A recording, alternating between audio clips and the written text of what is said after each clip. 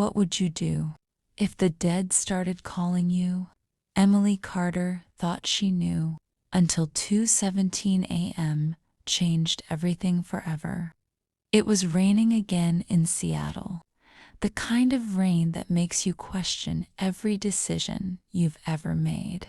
Emily's apartment was a mess of unwashed coffee, mugs and books she'd started but never finished. Much like her marriage to Mark Dalton, the silence in the small space felt heavy, suffocating, until her phone vibrated against the wooden nightstand with the violence of a scream. Her eyes fluttered open to see something.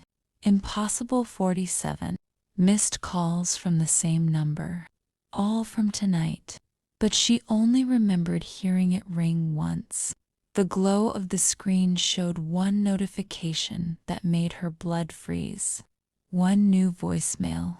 From Mark Dalton, her ex-husband, the man who had been dead for exactly 3 hours. She stared at her blocked contacts list. Mark's number was still there, blocked since 6 months ago, but somehow, impossibly, his call had gotten through. Her thumb hovered over the play button as memories their wedding day.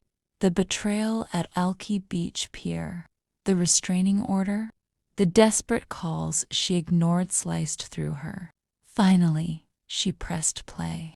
Mark's voice filled her dark bedroom, trembling, afraid. "Hey, Em. I know it's late. I didn't mean to wake you, but I can't shake this feeling that something's wrong. If you're hearing this, I'm sorry. For everything." Then silence, except for a faint wind, chains, and a distant crash she recognized. Driven by a desperate, chilling curiosity, she replayed the voicemail. This time, she heard something new, something that didn't belong. Her own voice whispering, "Come find me." A voice she had never recorded, words she had never spoken. A knock at her door made her jump, shattering the fragile silence. Her elderly neighbor stood trembling in a robe. "Emily, honey. I saw a man standing outside your building tonight, around midnight. He looked just like Mark." Emily's heart stopped. Mark had been dead for 3 hours. Nothing made sense anymore. She called Seattle General Hospital, where Mark had worked. The night nurse sounded tired and scared. "Dr. Dalton's been coming in every night for weeks, even when he wasn't scheduled. Said he was being called back by someone." The footage shows him talking to empty air, pointing at things that aren't there. Emily felt a cold dread rising from her core. The calls drove her out of the apartment. She drove to see Sarah, the woman Mark had left her for.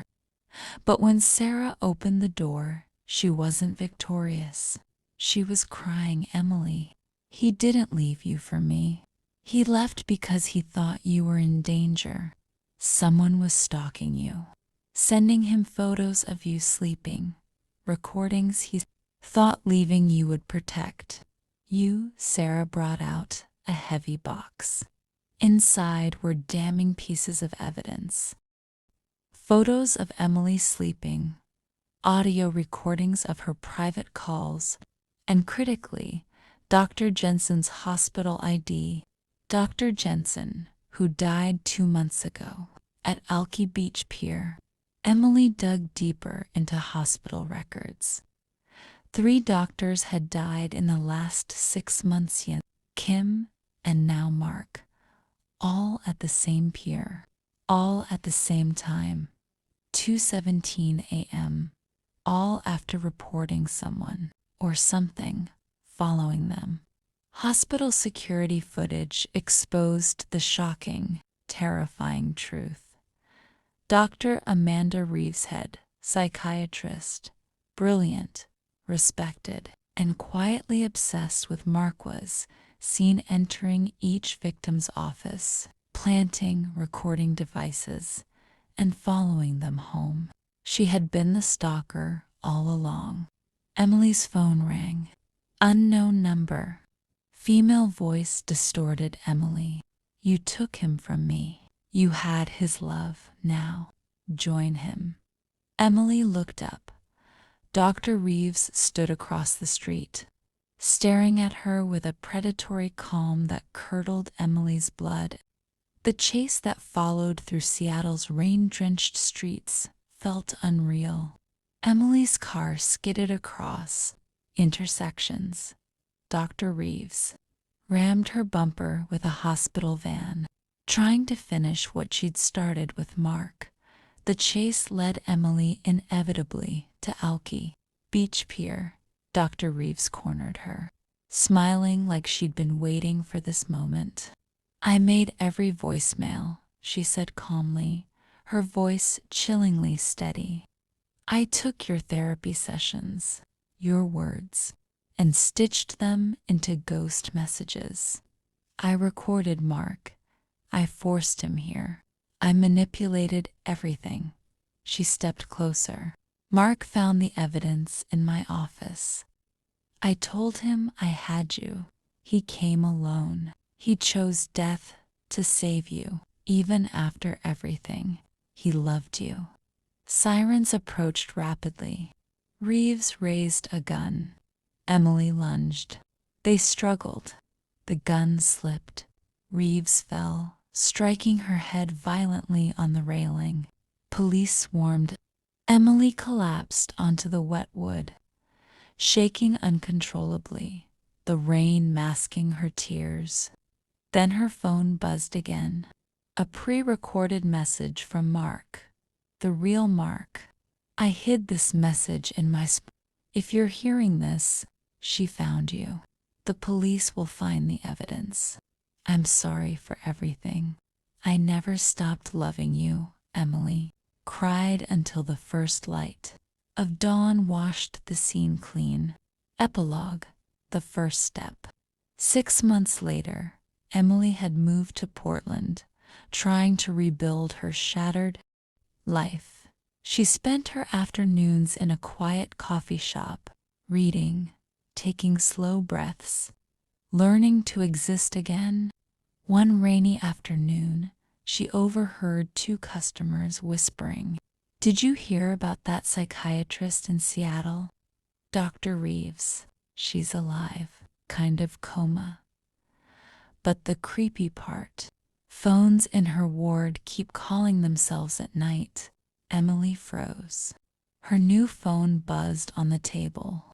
Unknown number, 1 new voicemail. Her heart pounded, but she refused to look back. She deleted the voicemail without listening, grabbed her things, and walked out into the Portland drizzle. She told herself it was over. She told herself ghosts can't follow you to a new city. She told herself she was safe. But in her pocket, her phone buzzed again. Voicemail saved automatically. A faint click, static. Then a woman's voice, strained, metallic. "Wake up, he's not done with us." Then layered beneath it, Mark S. voice. "Don't trust anyone." Miles away in Seattle, in the sterile, dim light of a high-security hospital wing, Dr. Amanda Reeves lay perfectly still, her presence measured only by the rhythmic beeps of the life support monitor. She hadn't moved a muscle in 180 days. Suddenly, the bedside heart monitor flatlined, not with a long tone, but with a rapid, jarring sequence of erratic thumps. The digital display flickered, briefly spelling out the numbers.